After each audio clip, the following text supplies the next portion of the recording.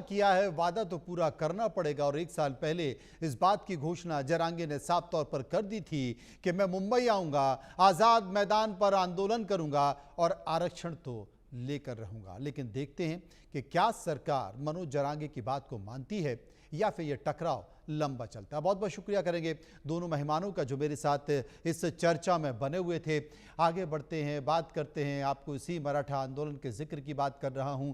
मराठा आरक्षण के लिए आए प्रदर्शनकारी कह रहे हैं कि उन्हें आज का समय दिया गया था, लेकिन वो जब तक नहीं हटाएंगे तब तक उनकी मांगे पूरी नहीं होंगी।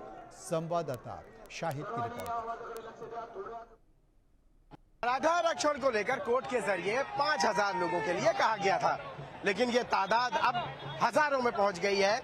और इस वक्त मैं मुंबई के आजाद मैदान और उसके पास जो बीएमसी मुख्यालय है, यहाँ पे आप देखिए कि प्रदर्शनकारियों की तादाद जो है आपको सिर्फ सिर ही सिर नजर आ रहे हैं चारों तरफ। हालांकि तादाद 5000 कही गई थी, लेकिन लाखों लोग यहाँ नजर आ रहे हैं। और इस धरना प्रदर्शन के लिए जो है मराठा आरक्षण को लेकर मनोज जारंगे पाटिल आज मुंबई के आजाद मैदान में विरोध प्रदर्शन कर रहे हैं। और इस प्रदर्शन में हजारों लोग शामिल हैं। लोग जो है महाराष्ट्र के अलग अलग हिस्सों से जो है यहाँ आए हुए हैं। प्रदर्शन को देखते हुए मुंबई पुलिस ने यातायात को लेकर बड़े बदलाव भी किए हैं। इसके साथ साथ कानून व्यवस्था को बनाए रखने के लिए 5000 से ज्यादा पुलिस कर्मियों की तैनाती की गई है। और सारे वरिष्ठ अधिकारियों को भी जो है आज के दिन जो है ड्यूटी पर रखा गया है कि वो लोकेशन पर जाकर जो है उसका जायजा लें। मनोज जारंगे का विरोध प्रदर्शन पुणे के शिवनेरी किले से शुरू हुआ है और आज आजाद मैदान में आकर समाप्त होगा, क्योंकि 1 दिन का समय दिया गया था। जारंगे ने साफ शब्दों में कहा है कि वो अपने उद्देश्य के लिए कुछ भी कर सकते हैं, वो पीछे नहीं हटेंगे। वहीं कोर्ट ने आदेश दिया था कि प्रदर्शन 5000 लोगों के साथ हो, लेकिन पूरे महाराष्ट्र के अलग अलग शहरों से, अलग अलग गाँव से, अलग अलग जगहों से आजाद मैदान में लोग इकट्ठा हो गए हैं। हालांकि इससे पहले राज्य के मुख्यमंत्री ने कहा था कि हम 10% आरक्षण दे चुके हैं, लेकिन जारंगे पाटिल इससे संतुष्ट नहीं थे। उन्होंने 50% जो है आरक्षण की मांग की है। और वहीं जो है दूसरी जो पॉलिटिकल पार्टियां हैं उनकी तरफ से भी जो है जारंगे को जो है समर्थन है। और इस प्रोटेस्ट को लेकर जो है सारे लोग जो है इस धरना प्रदर्शन को लेकर उन सभी लोगों का जो है इनको समर्थन है, क्योंकि इनकी मांगे, उनका कहना है कि जायज है। मुंबई के आजाद मैदान और आजाद मैदान के आसपास के 2 से 3 किलोमीटर में लोग इसी तरह से जमा हुए हैं। उसके साथ साथ चूंकि लोगों की तादाद ज्यादा है, गाड़ियों की तादाद ज्यादा है, तो मुंबई के अलग अलग हिस्सों में जो है ट्रैफिक जाम भी पूरी तरह से लगा हुआ है। लोग अपने गाड़ियों से जो है आने वाले 20 से 25 किलोमीटर तक जो है लोग इसी तरह से खड़े हैं, इंतजार कर रहे हैं अपनी मांगों को लेकर। और लोगों का भी यही कहना है कि भले 1 दिन का समय दिया गया हो, लेकिन हम वापस तभी जाएंगे जब हमारी मांगे जो है पूरी होंगी। और इन मांगों के बाद ही लोग यहाँ से आजाद मैदान या मुंबई, ये सारे जगह जो है तभी वो खाली करेंगे जब इनकी मांग पूरी होगी। हमारे साथ यहाँ लोग मौजूद हैं, इनसे बातचीत करेंगे। क्या मांगे हैं आपकी, किस लिए आए? आम्ही बिडून आलेलो आहे. जरांगे पाटील आमचं आरक्षण मुख्यमंत्री हिंदी में बोलिए, हिंदी चैनल पे आप, ठीक है, बोलिए। हाँ, आम्हाला आरक्षण दिल्याशिवाय आम्ही इथून हलणार नाहीत. पाटील बी हलणार नाहीत आणि आम्ही हलणार नाहीत. हे फक्त मुख्यमंत्री किंवा मुख्यमंत्री हे फक्त शब्द देत राहिले. 4 महिने आम्हाला गोळीत राहिले. शेवट आम्हाला कहना है कि मुख्यमंत्री सिर्फ शब्द दे रहे हैं और काम नहीं कर रहे। ऐसा इसके लिए इनकी मांग है। दूसरे लोगों से बातचीत करेंगे। बोलिए, क्या मांगे हैं आपकी? हम मराठा आरक्षण लेने के लिए इधर आए। हमारे नेता है मनोज दादा जरंगे पाटिल, संघर्ष योद्धा हमारा, उनके वास्ते हम पूरे मराठे मुंबई में आ गए।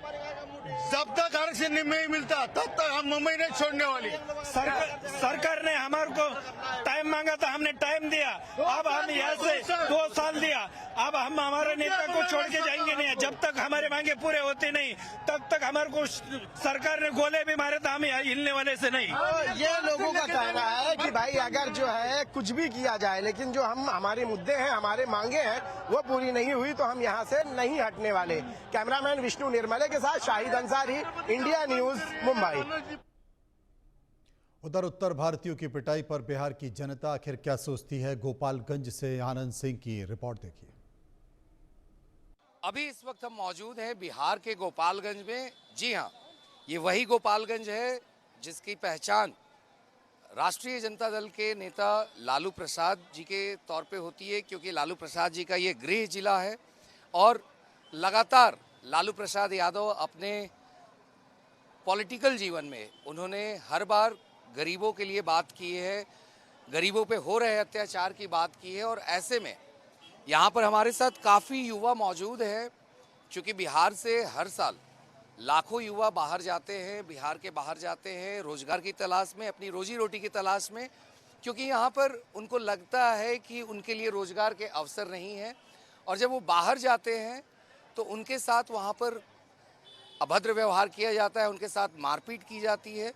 तो हम बात करेंगे यहाँ के युवाओं से कि क्या लगता है जिस तरीके से उनके साथ अभद्रता होती है, जिस तरह से उनके साथ दुर्व्यवहार होता है बाहरी राज्यों में, चूँकि वो पलायन करके गए हैं, वो पलायन करने वाले मजदूर हैं, युवा हैं, तो क्या उनका सोच है इसके बारे में, हम इनसे बात करेंगे।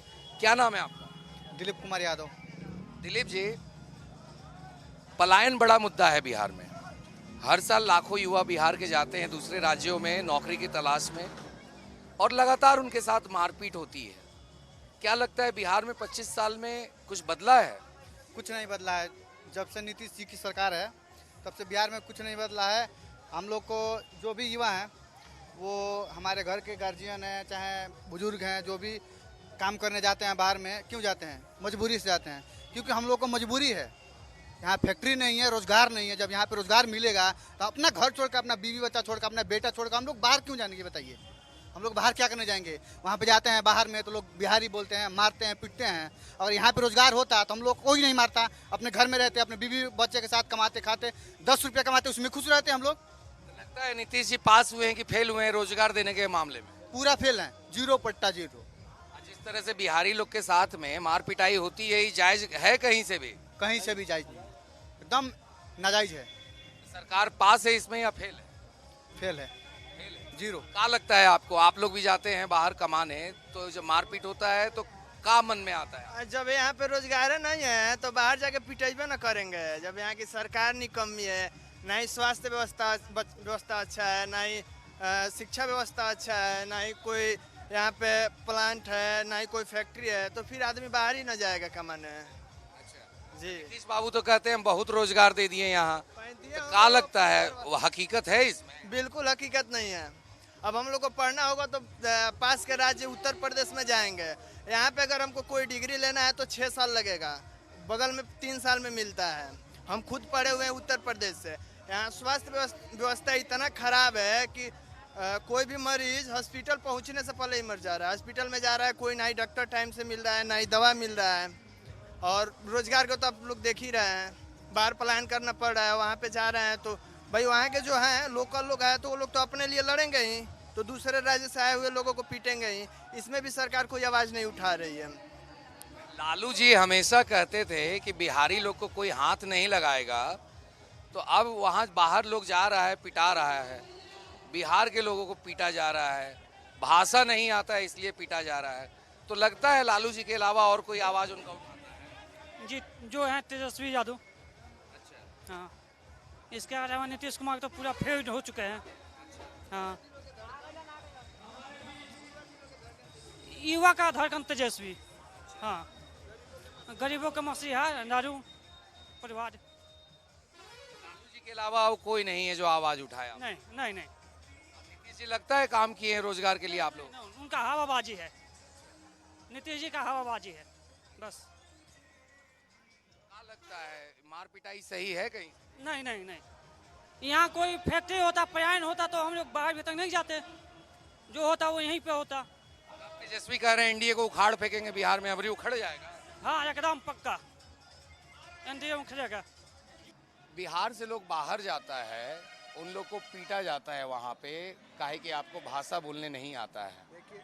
देखिए हम भी एक स्टूडेंट है, हम भी बाहर रहते थे ग्रेटर नोएडा में।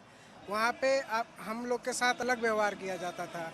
जैसे कि हम वहाँ के जाके पढ़ते थे, लाइक बिहारी है, मतलब लाइक अनटचेबिलिटी, जैसे कि पिछड़ा है, पढ़ने नहीं आता, बोलने नहीं आता। हम लोग उन्हीं के साथ रहते थे, लेकिन उनका व्यवहार ऐसा रहता था कि ये पिछड़ा है, इनको कुछ नहीं आता।